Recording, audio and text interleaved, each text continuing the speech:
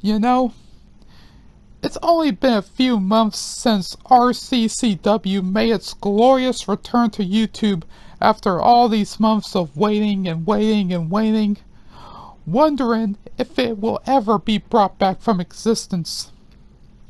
I'm glad that we, as a CAW community, finally got our wish. For me, truthfully, I couldn't be more ecstatic than ever, realizing I am now one step closer to getting my shot to be a part of RCCW. And my part, it almost reminded me of the time where I was regarding my status with Cartoon Carnage Wrestling and the hardships it was facing being away from YouTube for so long. Sometimes, even the smallest of creative lags in real-life situations, mixed with spending time with others socially, can do that to a person like me. It barely gives me any time at all to focus on the one thing any person that's been related to me knows wants to accomplish. Running a CAW League. You know what it's like to be in my shoes. Having to support a family that you have to look after first when no one else is present. I've been dealt with that situation.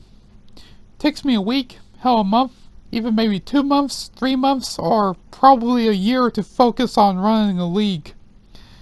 It's hard for me to even run Cartoon Carnage Wrestling due to the friends I hardly ever spend time with on Facebook, Twitter, and fanfiction, which I have to spend my time having to help out friends with their stories or pretty much have to work on my stories since writing, believe it or not, also happens to be one of my true passions besides YouTube.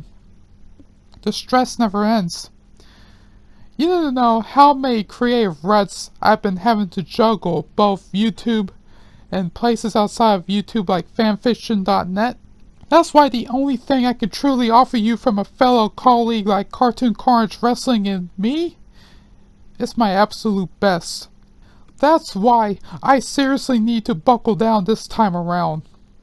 I simply cannot waste my time away from Cartoon Carnage Wrestling anymore without any new videos posted of ours for the longest time. That's why my intention to do for my channel is to merge both the 2K22 and 2K23 seasons into one whole season. That way I can at least give you, in the words of Van Halen, the best of both worlds. This I vow, ladies and gentlemen. That's what I'm gonna do. But that isn't the reason why you're seeing me on Rick C's channel in the first place. The Lucas Hackett you've been hearing for the first part was just real life. Now the Lucas Hackett you're going to hear from the second part is now going to come from the owner, founder, and creator of Cartoon Carnage Wrestling himself. The Lucas Hackett you're going to hear from me next is the most dangerous, baddest, and craziest motherfucker you're going to ever hear in your life.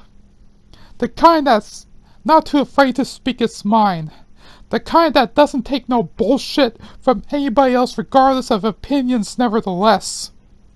The kind that every single colleague knows to put respect on its name and how much he is respected for it when he gets back to the other creators. That's what you're going to be hearing from me from here on out. Speaking of which, regarding what happened at RCCW's Beach Blast, it's been given my full attention that there seems to be a small, tiny little group that's been holding RCCW hostage to their advantage. Something called the IWC.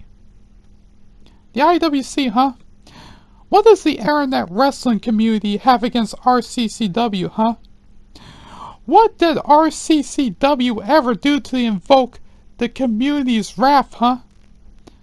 The only wrongdoing they ever committed was bringing fans the best wrestling content they can ever ask for, just like mine. But it seems to me that I've been confused for a different IWC for some reason. Because if I didn't know any better, it seems that there's another small, tiny group that apparently calls themselves IWC as well. And as far as I can tell, They are known as the Internet Wrestling Conspiracy. Sounds like to me that they're nothing more than a poorly made bootleg copy of the Dark Order. Only this time, instead of being led by Broy Lee, he somehow got replaced by a blonde-haired, disease-carrying 2-cent whore named Miss X. Yeah, you don't like the fact that I called you just that, Miss X? That's very accurate for somebody who's nothing more than a walking STD. The same walking STD who at RCCW Beach Blast was responsible for Rick C losing against your stupid, precious little bitch boy of a champion, Lincoln Loud. Tell me, Miss X, what kind of favors did Lincoln do for you to agree to his plan to ensure he remained RCCW World Heavyweight Champion no matter what? I can honestly tell if it was those kinds of favors. I guarantee you that you would have fit perfectly into a prison cell right now. That's how truly depraved and disgusting that you are right now for you and your scum-sucking parasites to step foot into RCCW.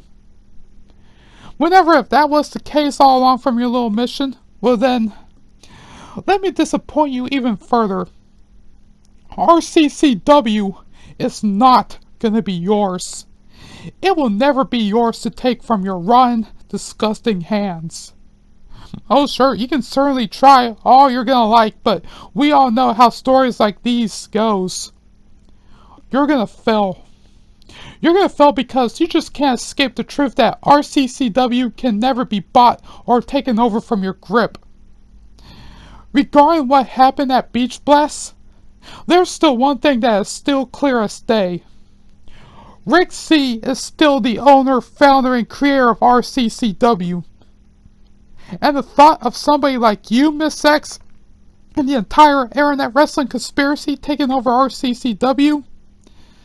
Ma'am, you have better luck kicking stale, diseased pig shit on an open road. RCCW didn't want this war. We never needed this war.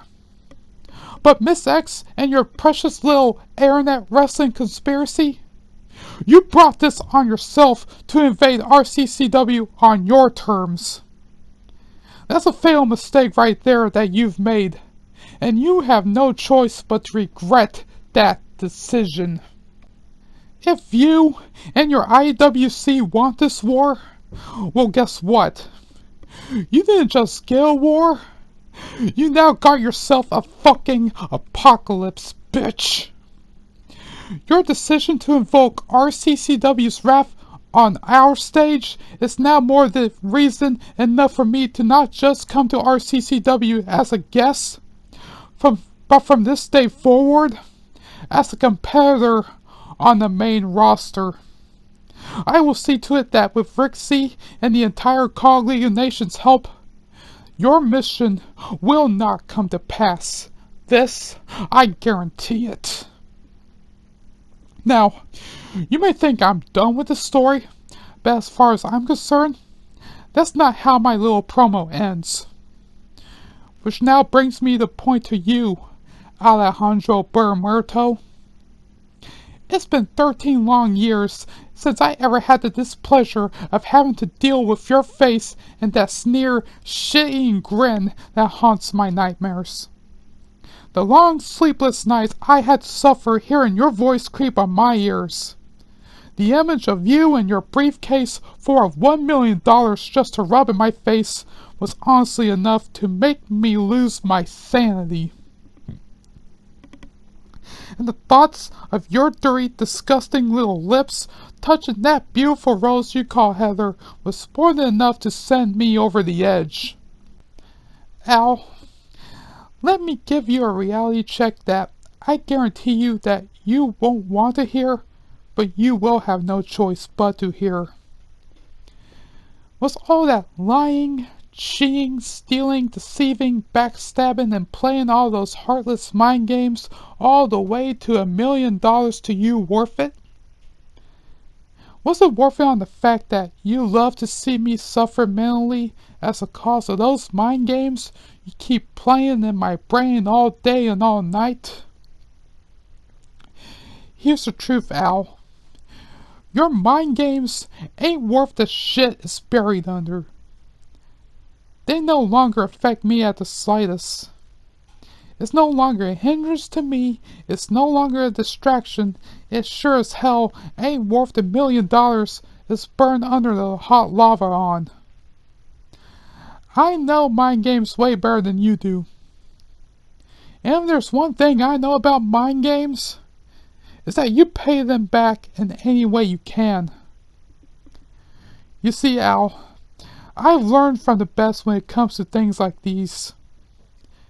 And compared to the rest of the mind game superstars like Jake the Snake Roberts use, your mind games is just like what your beautiful Rose finds you in that bedroom. Puny and pathetic. If you think I'm lying, go talk to that so-called beautiful Rose you call Heather herself. You seem to adore that Rose for all that it's worth, huh? I'm sorry to burst your little parade for all it's worth, but do you realize what eventually happens to Roses, right? Over time, it wilts and wilts even more with age until eventually, the petals fall down one by one. And when they do, that rose eventually dies. And when that rose dies, Alejandro, you will not have anything left. In the end, all that will leave you is the same mental pain you have given to me for the last decade.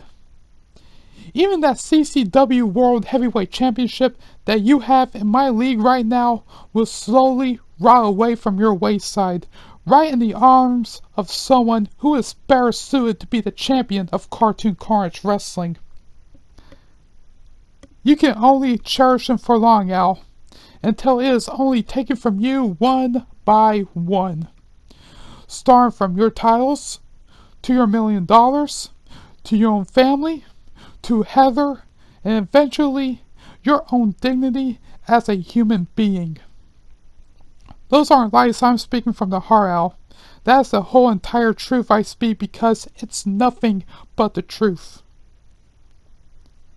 If you think this promo is over and done with, Al, I think you're sadly mistaken. You should consider yourself lucky you had to avoid me through the long hiatus RCCW had. You had to beam with joy that you had to avoid any contact with me for that period of time. Sorry to say, Al, but there's a time and place for that joy to be short-lived.